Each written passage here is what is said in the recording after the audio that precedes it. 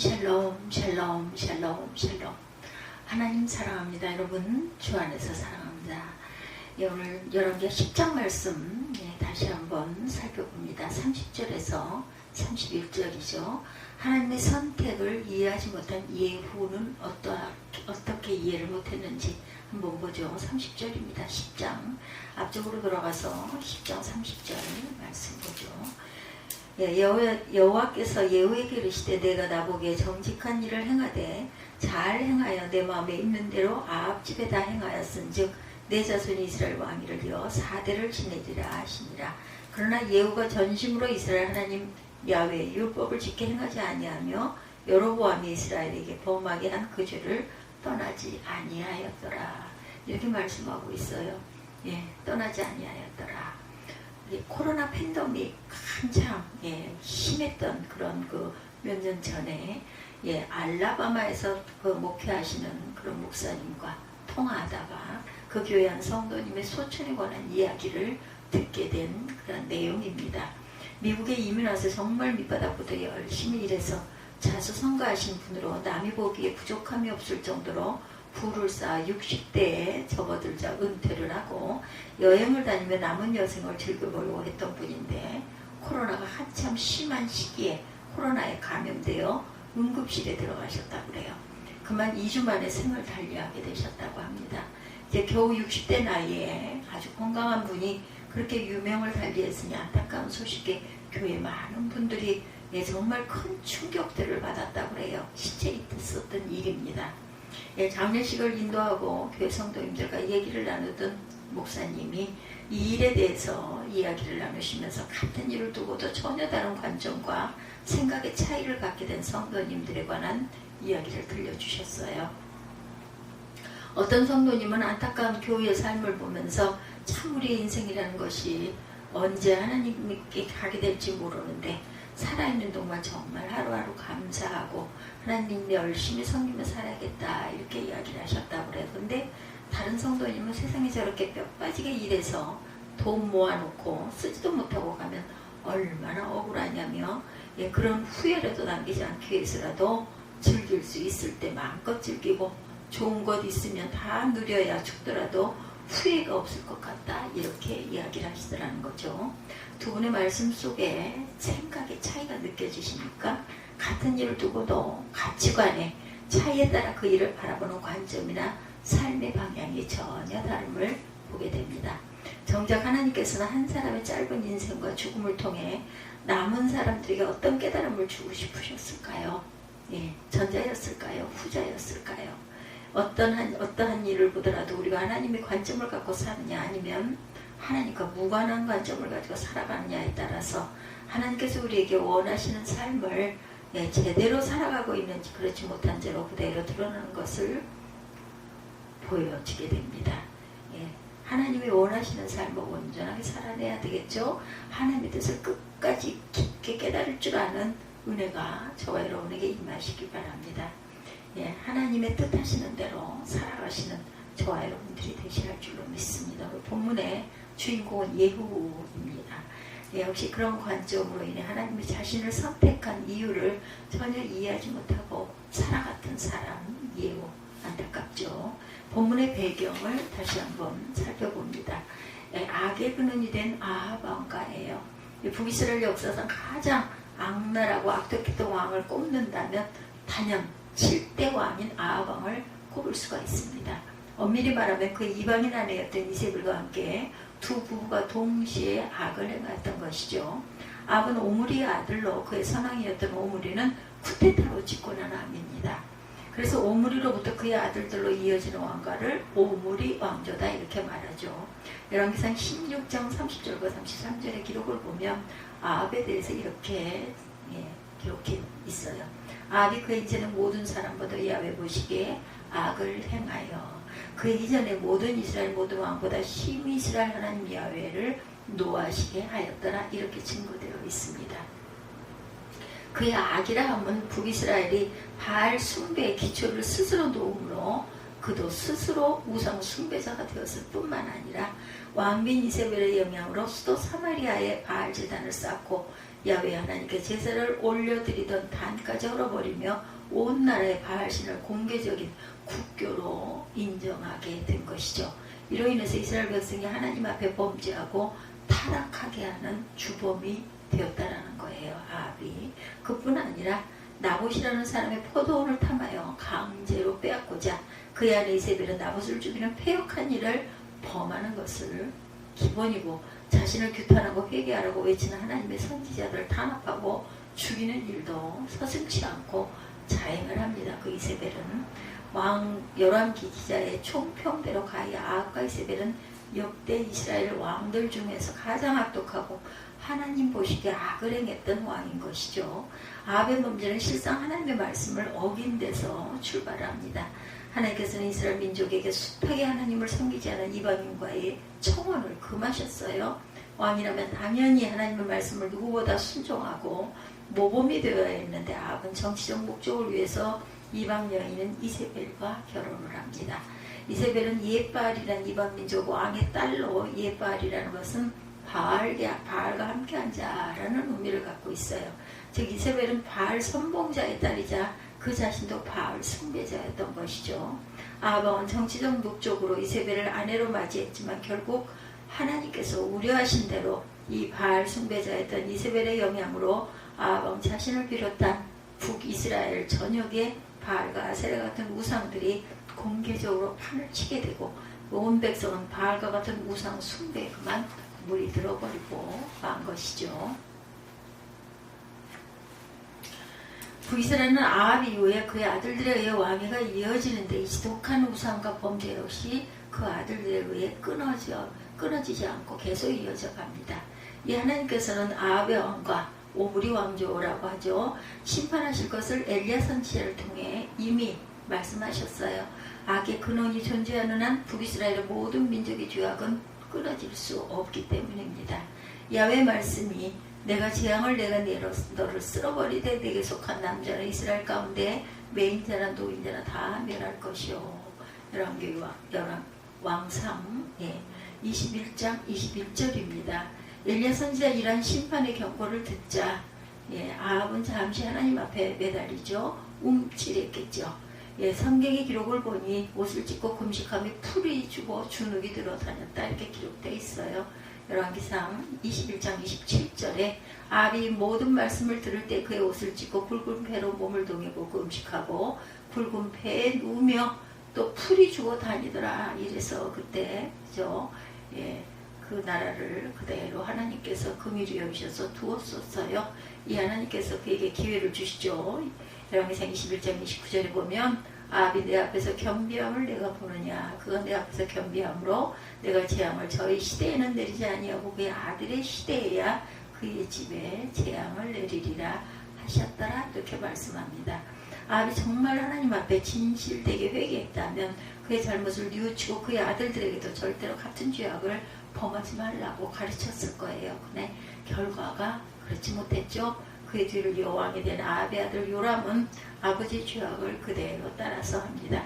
정말 하나님의 말씀처럼 오므리 왕조의 죄악은 아합에서 끊기지 않고 계속해서 이어져 내려가죠.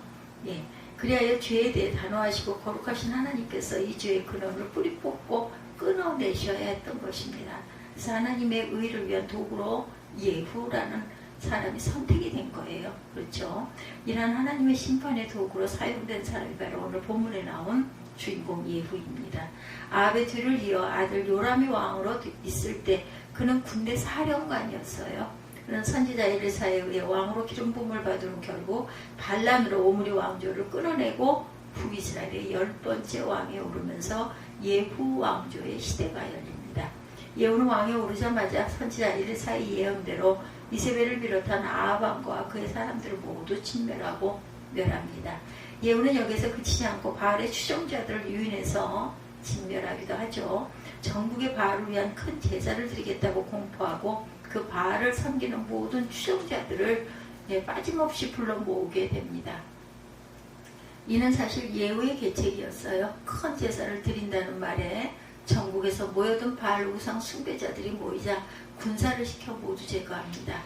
예후는 이에 그치지 않고 바알의 신당으로 가서 모든 목상들까지 꺼내어 불태워버리죠. 말 그대로 바알 우상을 나라 안에서 완전히 뿌리를 뽑아버린 것이죠.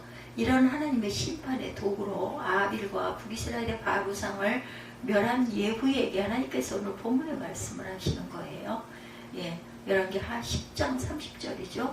주께서 예후에게 이르시되, 오늘 말씀이죠. 내가 내 눈에 올바른 것을 지평하되 잘 행하여 내 마음에 있는 대로 다 아합의 집에 행하였은즉 내 4대 자손이 이스라엘 왕좌에 앉으리라 하시니라.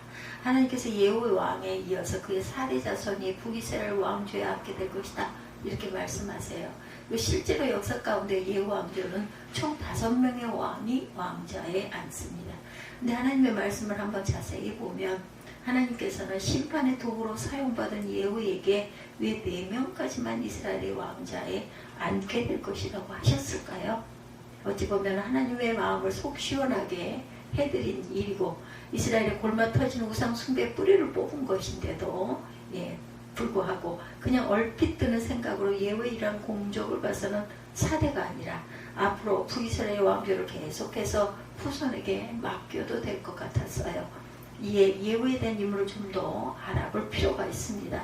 분명 예후는 하나님께 선택을 받아 우상 숭배의 원인이 되었던 아합 왕가를 심판하시는 하나님의 도구로 사용이 되었어요. 그러나 예후는 자신이 그러한 하나님께 선택받은 이유를 영적으로 온전하게 깨달아 알지를 못했습니다. 하나님께서 예후를 선택한 것은 하나님의 영광을 위해 죄악을 심판하시고 새롭게 회복시키기 위함을 깨달지 못하고 오히려 반대로 예후 자신은 하나님께서 자신을 선택하신 이유가 자신이 왕에 오를 만한 그릇이다, 오를 만한 자격이 있기 때문이다, 이렇게 여겼던 것이죠. 선지자 엘리사를 통해 왕으로 기름 부음 받은 날 예후는 하나님께서 자신을 선택하신 것을 정치적으로 해석해서 자신이 왕이 된다는 사실에 집중하고 맙니다. 쉽게 말해서 하나님께서 자신을 왕으로 앉히시기 위해서 악을 행하는 아합 왕가를 진멸하신다는 정도로 이해를 했던 것이죠. 이 일을 두고 하나님의 관점에서 생각한 것이 아니라 자기 중심의 관점으로 생각하게 됐다는 거죠. 그러므로 예후는 자신이 왕이 되기 위한 과정으로 아합 왕가를 진멸했던 것이지, 하나님께서 아합 왕가의 악을 제거하고 새롭게 그 땅 가운데 하나님의 의를 세우려 하신다는 영적인 의미로 이 일을 행한 것이 아니었던 거예요. 아합 왕가의 진멸이라는 일 가운데 하나님의 뜻을 분별하지 못하고 하나님과의 뜻과는 전혀 다른 동기와 마음을 품게 된 것이죠. 예후는 선지자가 자신에게 기름 붓는 것을 통해서 하나님께서 그를 왕에 오르게 하실 것이라는 사실을 알게 된 뒤에 누구도 자신 왕에 대해 반박할 수 없는 소위 합당한 명분을 얻었다고 여겼을 거예요. 하나님께서 자신을 왕으로 세우시겠다고 하시니까 이보다 더 큰 명분이 어디 있겠는가. 당연하죠. 하나님께서는 그간 아합 왕가의 죄악과 그의 아들들의 죄악을 심판하시기 위해서 예후를 선택했지만 예후는 그러한 하나님의 선택을 영적으로 분별하고 깨달아 알지 못했다. 즉 자신이 앞으로 하게 될 일이 어떤 일인지, 하나님께서 왜 그 일을 하시는지를 분별하지 못하고 자기 자신을 위한 정치적인 면으로만 받아들였던 것이죠. 어쨌든 이러한 명분을 얻은 예후는 아합의 아들이었던 요람에게 이후 반역을 일으켜서 왕에 앉게 되자 아합 왕가를 철저하게 진멸하게 됩니다. 예후 입장에서는 아합 왕가에 반역하여 왕이 오른 만큼 후에 자신에게 후환이 될 아합 왕가의 씨를 말리는 정치적 숙청이 본인에게는 필요했던 거죠. 당시 고대 왕국의 일반적 통치에서는 어쩌면 당연한 일이기도 할 것입니다. 그러나 그의 숙청은 하나님께서 생각하신 바와 달리 종교 계획을 넘어 잔악한 행위로까지 커지게 되죠. 예후는 아합 왕가의 악에 대한 하나님의 거룩한 심판이라는 개념을 넘어서 철저하게 자신의 정치적 입장을 다지기 위한 필요 이상의 정치적 사례를 자행합니다. 이는 하나님께서 원하시는 바도 그렇게 허락하신 것도 아니었어요. 그런 그가 아합 왕가의 진멸에만 그치지 않고 바알의 모든 우상을 척결했다는 것이 그나마 다행스러운 일입니다. 그 하나님의 명령에 따라 바알과 그 추종자들을 척결했을 수도 있겠지만 한편으로는 예후가 아합 왕을 추종하던 바알 숭배자들을 모두 제거할 수밖에 없었던 그 이유 역시 그들 모두 그동안 아합 왕가의 많은 지원을 받았던 자들이고 아합 왕가의 절대적 충성을 맹세한 추종자들이었기 때문에 예후의 입장에서는 반드시 척결해야 하는 대상이기도 했던 것이라는 것. 분명 이 점도 일리는 있는 내용입니다. 어쨌든 하나님께서는 예고 나라 안에 바알 우상과 우상 숭배자들을 척결한 일들을 옳은 일에 대한 집행이다 이렇게 말씀하세요. 이는 하나님께서 예후의 정치적 판단에 따른 집단 학살을 정당성을 부여하시기 위해서 하신 말씀이 아니라 이러한 일들이 그동안 북이스라엘의 죄악의 근원을 뿌리 뽑으려 하는 하나님의 심판이었음을 말씀하기 위한 것이었다는 것. 세 번째, 하나님 선택의 뜻을 분별하지 못했던 예후. 역대기 저자는 예후에 대해서 이렇게 기록하고 있습니다.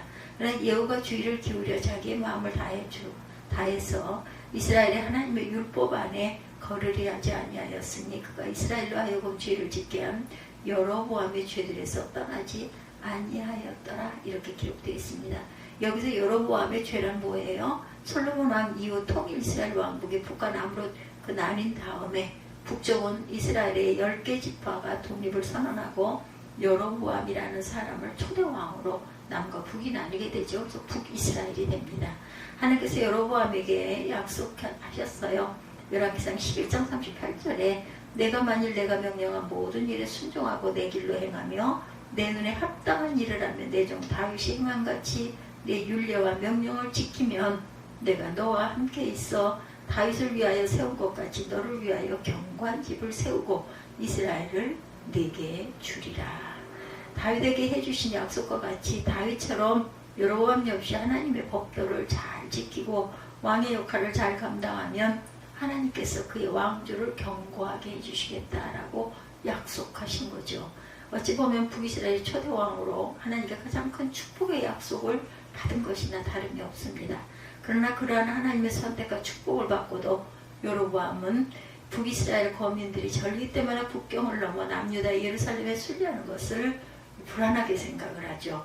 남유다의 수도인 예루살렘에는 바로 하나님의 성전이 있었기 때문에 절기 때마다 북이스라엘에 있던 남유다에 있던 수많은 이스라엘 사람들이 성전에 가서 하나님께 제사를 드렸던 것인데 여로보암은 이 일을 염려합니다. 언제든 백성이 자신을 버리고 남유다로 이주할 것을 우려한 거죠. 그래서 그가 열왕기상 12장 28절에 30절에 보면 이에 계획하고 두 금송아지를 만들고 무리에게 말하기를 너희가 다시는 예루살렘으로 올라갈 것도 없다. 이스라엘아 이는 너희를 애굽 땅에서 인도하여 올린 너희의 신들이라 하고 하나는 베델에 두고 하나는 단에 둔지라 이 일이 죄가 되었으니 이는 백성들이 단까지 가서 그 하나님께 경배하였더라. 결국 금송아지를 만들어 하나는 남쪽에 베델에 하나는 북쪽에 단에 세워놓고 이것이 예굽에서 자신들을 이끌어낸 야훼 하나님이라고 말합니다. 예루살렘으로 갈 필요가 없이 여기서 제사를 지내라고 북이스라엘 사람들이 예루살렘으로 가지 못하게 이러한 기준을 세워놓죠. 그 옛날 모세의 형 아론이 시내산 밑에서 백성들과 함께 저질렀던 죄악을 그가 다시 반복을 한 거죠. 하나님께서 우상을 만들 줄 말고 하나님의 이름을 망령되이 일컬지 말라고 하신 그 명령을 어기고 깨는 죄악을 답습합니다. 성경은 정확하게 이 일이 북이스라엘의 죄악이었다 이렇게 말하죠. 열왕기상 12장 30절이죠. 이것을 일컬어 여로보암의 죄다 이렇게 기록합니다. 이 일로 인해서 북이스라엘의 우상 숭배의 죄악이 시작되었기 때문이죠. 이 금송아지가 베델과 단에 서 있다는 것은 그만큼 북이스라엘이 우상 숭배의 나라임을 상징적으로 내세우는 일이었습니다. 여로보암의 죄는 그가 죽었어도 북이스라엘 땅 가운데 남아서 계속해서 우상 숭배라는 죄의 영향을 주고 있었던 것이다. 만약 예후가 하나님께서 자신을 선택하신 하나님의 뜻이 표면적으로 아합과의 죄악의 심판만이 아니라 북이스라엘 땅의 우상 숭배의 모든 죄악을 심판하고 진멸해서 다시 새롭게 회복하시기 위한 것임을 하나님의 관점에서 이해하고 분별했다면 분명 예후는 아합과의 진멸과 그로 인해 발생한 바알과 아세라의 우상 척결은 물론이고 마지막으로 가장 북이스라엘의 근본적인 우상의 뿌리였던 여로보암의 죄, 즉 북이스라엘 우상의 시초가 되었던 베델과 단의 금송아지 우상들까지 동시에 제거했을 것이다. 그러나 예후는 그렇게 하지 않죠. 북이스라엘의 첫 왕이었던 여로보암이 단과 베델의 금송아지를 세운 목적을 알기 때문이었어요. 이런 것 쿠데타로 왕에 오른 자신에게 정치적으로 도움이 될 것이다. 이렇게 믿었던 거죠. 이처럼 예후는 하나님께서 자신을 선택하신 이유와 자신을 죄악에 대한 심판의 도구로 사용하시는 하나님의 뜻을 영적으로 온전하게 이해하지 못했던 것입니다. 어찌 보면 하나님의 선택을 자신의 유익을 위한 측면으로 여겼을 거예요. 이를 보면 예후가 온전히 하나님을 섬기는 사람이었다고 볼 수가 없죠. 아합 왕가를 척결하고 우상을 제거했던 예후는 죄와 악에 대한 영적 전쟁을 치른 것이 아니라 철저히 자신을 위한 정치적 전쟁으로 기반을 닦은 것이다. 여기서 한번 깊이 생각해 볼 것이 바로 영적인 분별력입니다. 예후에게 없었던 영적 분별력이라는 거죠. 예후를 보면 영적 분별력이라는 것이 신앙에 있어서 중요함을 보게 됩니다. 근데 도대체 영적 분별력이라는 것이 정확히 무엇을 말하고 어떻게 얻을 수 있는 것일까? 많은 사람들이 오해하는 것이 영적인 분별력이라는 것을 굉장한 신비주의적인 능력으로 오해해서 뭔가 특별한 사명을 받은 목회자나 은사자들에게만 있는 특별한 능력처럼 생각을 합니다. 육신의 눈에 보이지 않는 뭔가 특별한 것을 보는 신비적 능력으로 이해를 하는 거죠.